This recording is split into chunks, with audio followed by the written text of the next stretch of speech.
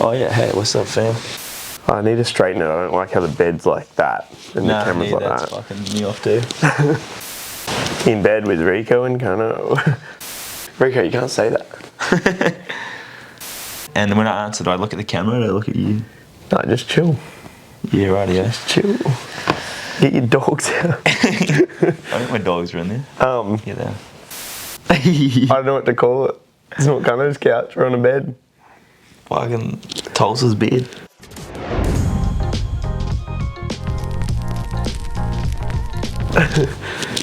What's going on? We're back, part 2 with Rico Bearman.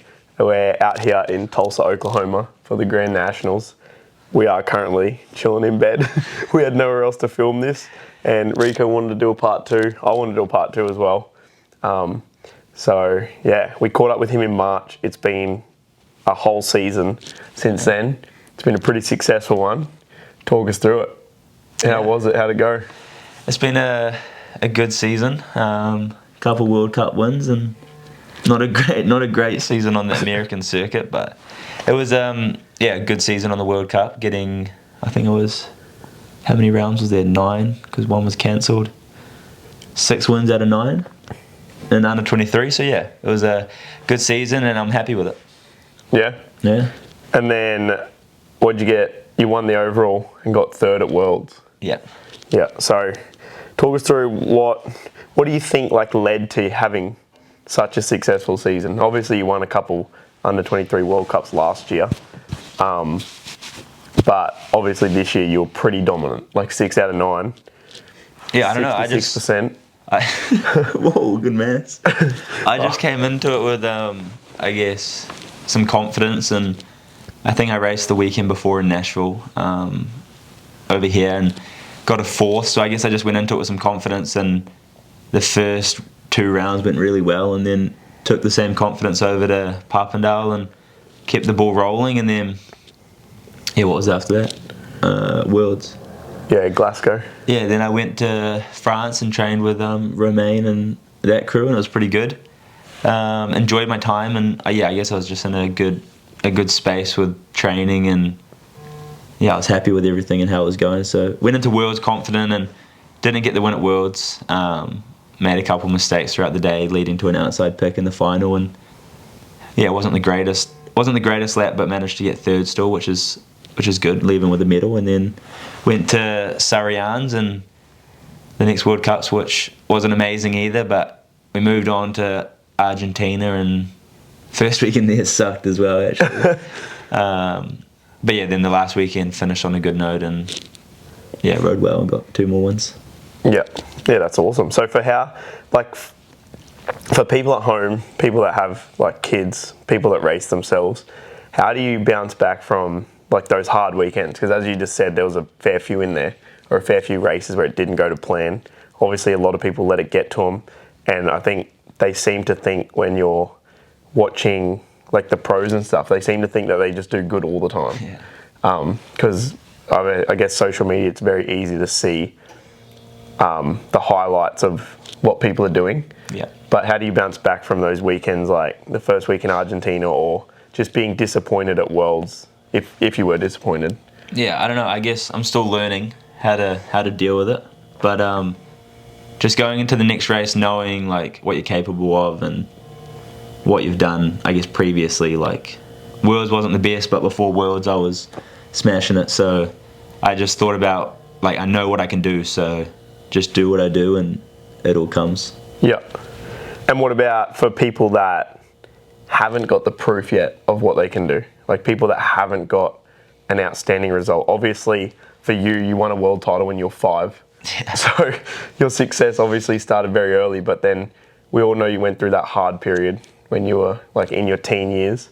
What about people that haven't seen success, and they might be 15, might be 10? How do you just keep your head down and keep working towards your goals?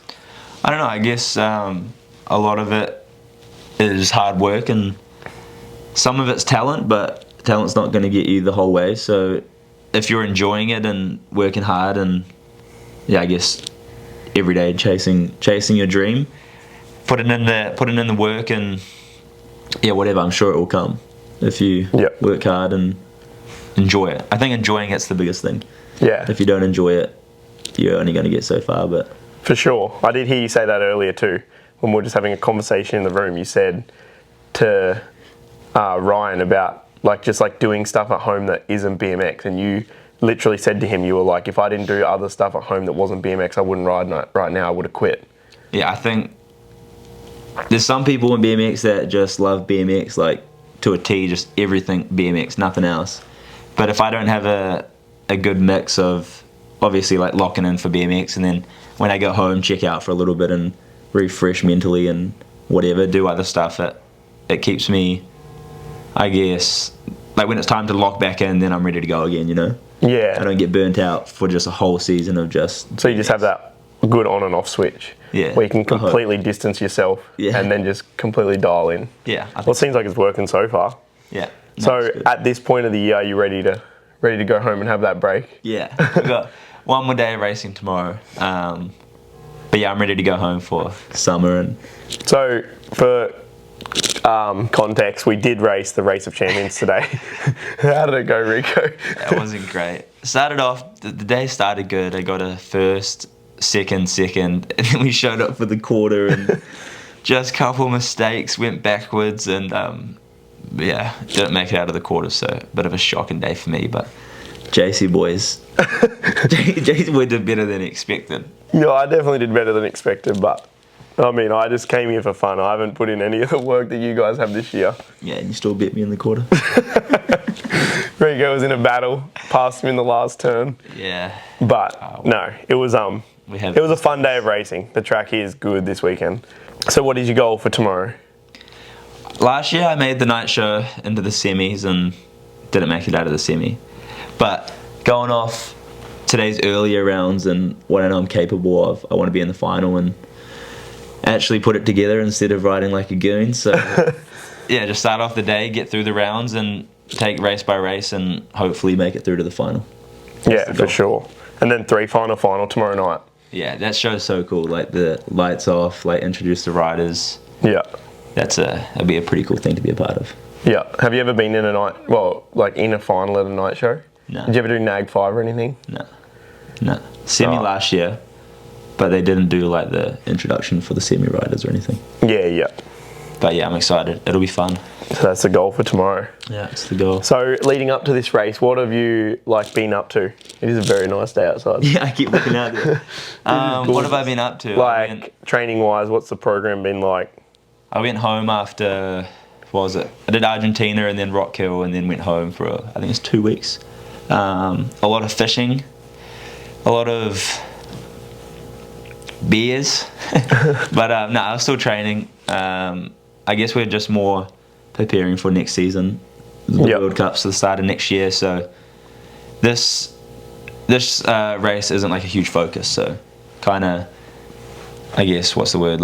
Obviously I want to do well this weekend, but the main focus is preparing for next year. So just putting in the work and whatever Kurt tells me to do, I'm doing. Yeah, sweet. So for a lot of people at home too that probably wouldn't know, you obviously train under Kurt Piard. Yep. So does Romain Mayhew. So does Simon Marquardt. What is it like?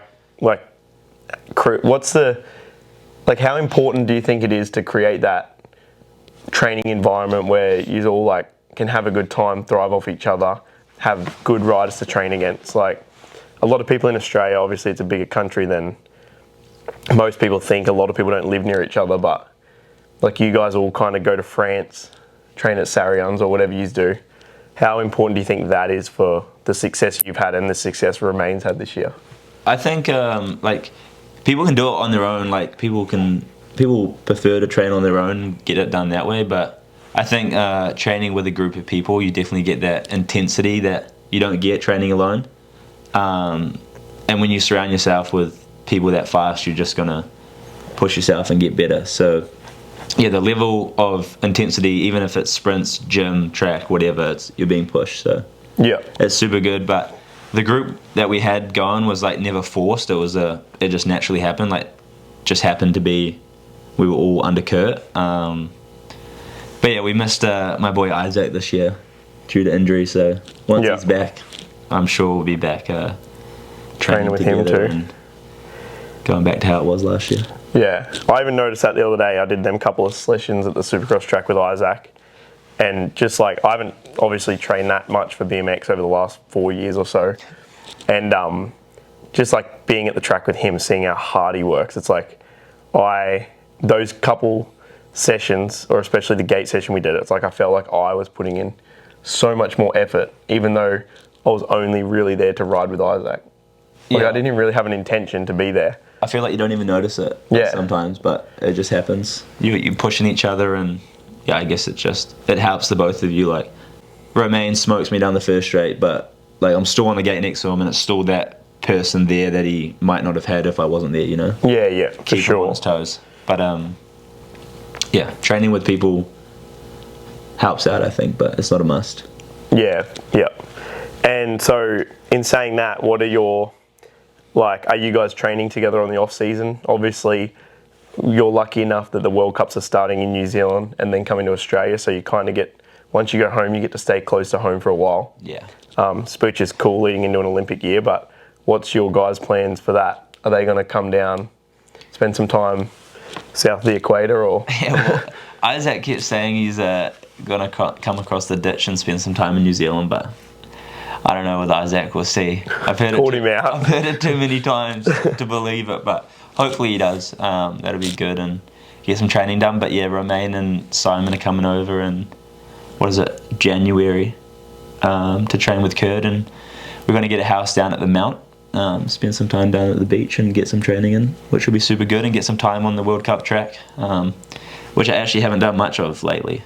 We raced nationals there in, I want to say 2021, and probably been back once or twice since, so Right. it'll be good to get down there consistently and get some track time in. Yeah. Get comfortable. And how are you feeling like leading into the Olympic year? Obviously, it's a high pressure year. It's like there's a lot on the line. You obviously want to go, which will be super cool because you're so young.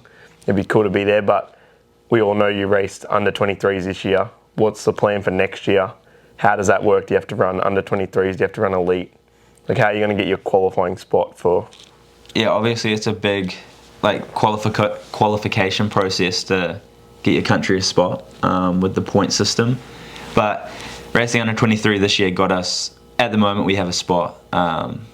Just because it's racing under 23, it was consistent points and they just kept adding up, which was good. It's like, obviously I don't want to be racing under 23 my whole life, but getting these points has helped get a spot, and yeah, I'll see what happens next year with the point situation, and could possibly start the year off in under 23 just to get some more points and hopefully try lock in an Olympic spot. But yeah. So do you think it could be like a scenario where you could go to Rotorua under 23, try win back-to-back days, and then come to Brisbane and go elite? Could it work out like that? Yeah, it could be anything. But yeah, I haven't looked that far ahead, and still got a little while to look at the points and figure out what's the best thing to do. Yeah. I don't want to race under 23. Like, I feel like I'm sandbagging a little bit, but if it's what I need to do, then it's what I need to do. Yeah. So you're ready to take that step to elite and try and race against the guys that you obviously would need to be against for the rest of your career. Yeah. And get in there early. I'm not racing under 23 at the Olympics, so. Is that the big goal? You've obviously achieved a lot in your career. You've won multiple amateur world titles. You won half of a junior elite world title to the second corner when you crashed on your own. You've just podiumed in an under 23 world title. You've won the World Cup circuit. Is the Olympics like, obviously there's probably a lot more you want to do in your career, but would just going to the Olympics be a big check?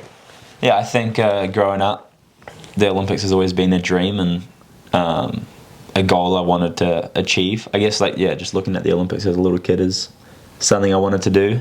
Like, I know Isaac's, like, he's got a big goal to win the American circuit. Yeah. And he said he's had that since he was little, but I guess I've never had that, like, ambition. Like, Olympics has always been, like, the bigger thing for me, so yeah, going to the Olympics would be pretty cool. But I also don't want to just go and be like a moto filler, you know? Yeah, you don't want to just be an Olympian, you want to be a contender. I don't want to just be like, oh yeah, shit, yeah, like, I'm an Olympian, cool, that's it. But yeah, we'll see. still got a couple more years left. Yeah. So, do you think going to the Olympics next year as well, to Paris, would be a great stepping stone to medal in like 2028, or is your goal to literally try and get a spot next year and go there next year? And obviously you're going to have a crack, but like thinking long term, is that somewhat your plan? Get some experience, and then 2028 you can really go back and set your sights on gold. Yeah, obviously I'm not like delusional. Like I'm not sitting here thinking I'm gonna show up to Paris and win. Like I'm not. I know, like obviously the level of those boys are definitely a bit higher than me. So yeah, just if I do go to Paris, just use it as like experience and be in the mix of it and just see what it's like, I guess, and then lock in for 2028.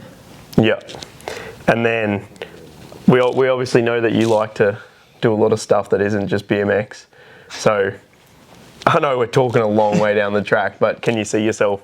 Obviously, you're young enough to do 2032, which is in Australia.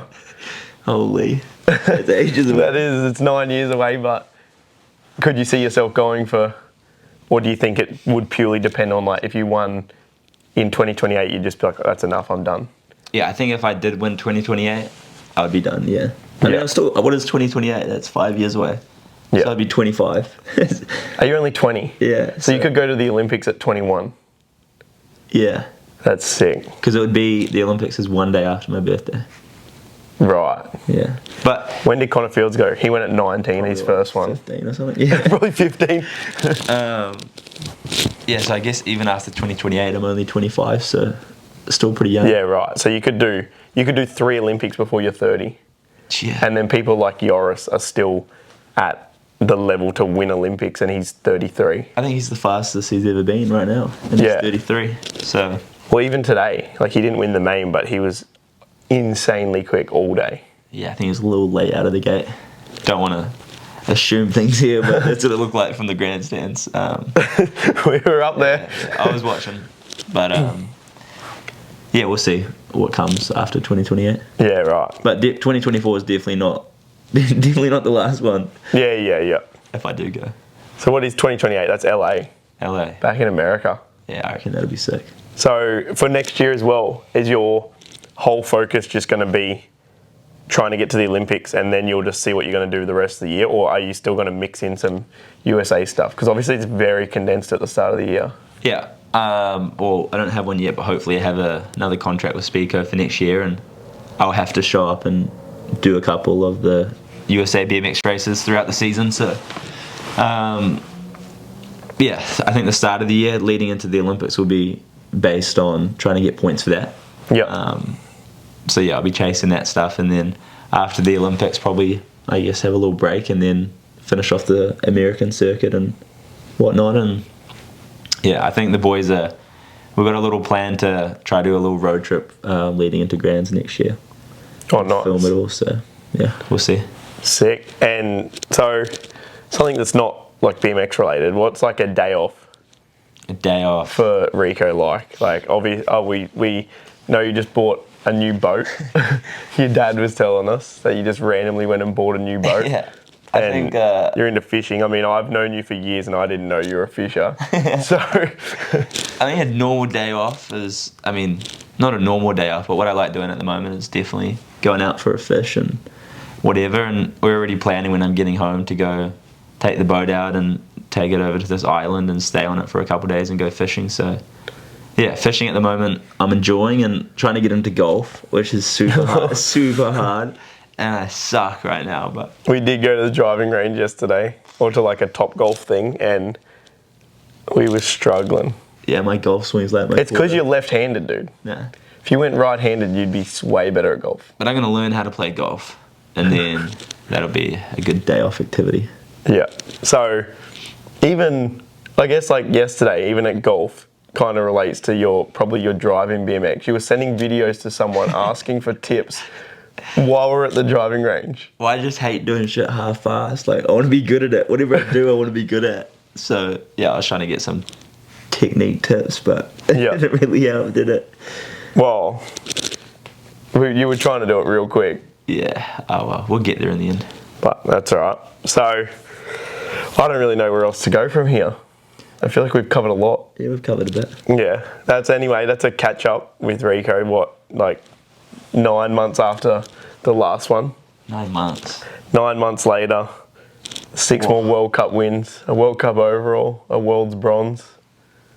Yeah, It's been a big year. Not a bad season. Not a bad season. You can't complain with that. Yeah, we've got one more race to go. Another race to go tomorrow. Try and finish strong.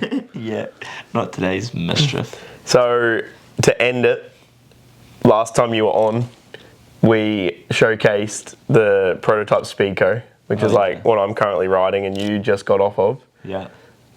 How is the new production bike? Like you're obviously just on it. You're the only one riding one. There's 5 display ones at Grands. Yeah, I guess it's exactly the same as that. The one you were riding, just been painted colours. Yeah. But when Derek sent me the colours, he was like, "Which one do you want to ride at Grands?" And I was like, "I can't believe I'm saying this right now, but the purple one's so sick." Yeah. But yeah, I love the bike, and it's been getting so much attention at Grands. Everyone wants one. Yeah, even just sitting in the tent, it looks like so many people are walking up and they're actually they're verbally like, wow. Yeah. Like there's a kid coming up and he was so psyched, and there's like a lot of photos and people asking when they're coming out. Yeah, they do look good. I'm not gonna lie, when I've seen all the pictures of them, I was like blue or gold, and then now that I've seen them all like in person, I think purple has to be the nicest. Yeah, I think that one's going to take off, and then once everyone's got one of those, I'm going to go to the blue one, I think. Yeah. The blue's so nice. Cheers. Sweet. Thanks for tuning in. Peace. Don't know when we'll see you next because Rico's going to do some fishing. Yeah, we're going to go have dinner because it's Thanksgiving here in America. And then we are going to go to bed because we have to be at the track again before 7 a.m. Yeah, early start. Jace isn't a morning person for all of you listening. No, they know. He hates the mornings. This morning I slept through my alarm and woke up to Rico slamming the bathroom door. Yeah. But anyway, it was a good chat. Yeah, there was 0 prep. I think we did better than in the first one. Yeah, that was a good little yarn. Little catch up. Yeah. All right. We'll catch you soon. See you next time. Peace. Dude, your phone's been buzzing the whole 23 time. minutes. I know, my phone was going crazy. 23 minutes. Now get off my bed, dog. Look at this thing.